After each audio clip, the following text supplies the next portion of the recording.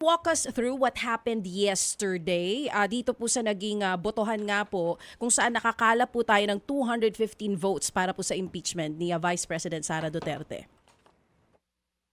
Nakatanggap po ako ng tawag sa aking staff na meron daw pong party caucus. So, nagpunta po tayo sa party caucus around, I think, 10:30 or 11. So, doon po, diniscuss po itong articles of impeachment o yung verified complaint for impeachment. At inisa-isa po ito, pinaliwanag. At siyempre, may mga nagtanong din po. At kung sino nga yung gustong pumirma o sumuporta, welcome po na pumirma. At isa-isa naman po na pumirma. Yung naging pirmahan po, no, medyo binabalikan ko kanina, you are one of pang 73 nga po kayo doon sa 215 votes gathered yesterday. Were you expecting na ganito po kalaki ang makukuhang suporta para po sa impeachment ni VP Sara? Sa akin naman po kasi nakita naman po natin nung siguro marami naman pong sumubaybay, marami rin po sa mga kababayan natin na nagtatanong sa amin kung what's next, ano na yung susunod. So I'm sure hindi lang ako, pati yung mga kasama po natin kongresista. So ginawa lamang po namin ang aming constitutional duty.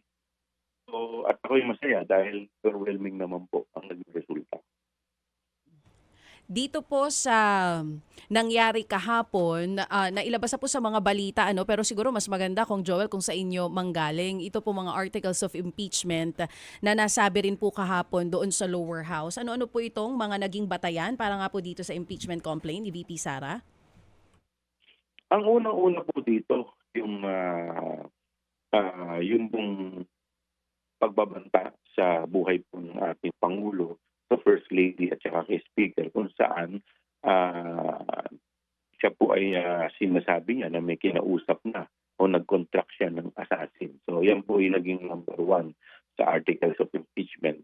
Yung pangalawa po, yung issue po sa misuse at saka malversation ng confidential fund, kung saan ang naging involved po dito ay more than 600 million or 612.5 million na pondo po galing sa confidential fund.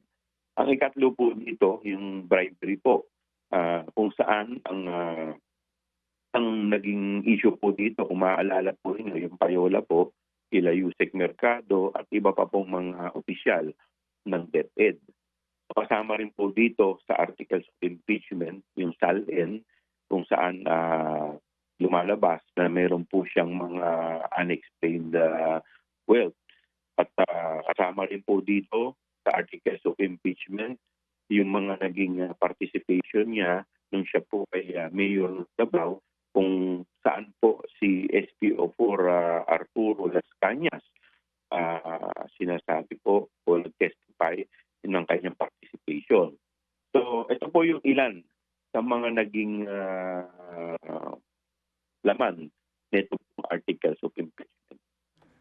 Congressman, binigyan ba ng sapat na pagkakataon ang mga miyembro po dito doon sa caucus na basahin muna yung complaint bago pirmahan? O kumbaga ito ay party decision na talaga? Na meaning kahit na, kasi walang question Congressman, doon sa inyong hearing sa Good Government Committee, yung mga binabanggit nyo, di ba, na issue ng confidential fund, yung sinasabing alleged bribery, pero yung mga iba pang mga kaso na isinama dito po sa articles of impeachment?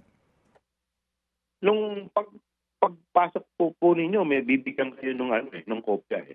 Mm-mm. So, you will be given enough time to read. Tapos, meron din pong nag-present doon, pinaliwanag sa isa. Mm-mm. Kasi alam naman po natin, you don't have to prove lahat eh. Mm-mm. Kumbaga, isa lang po dyan ang mapatunayan.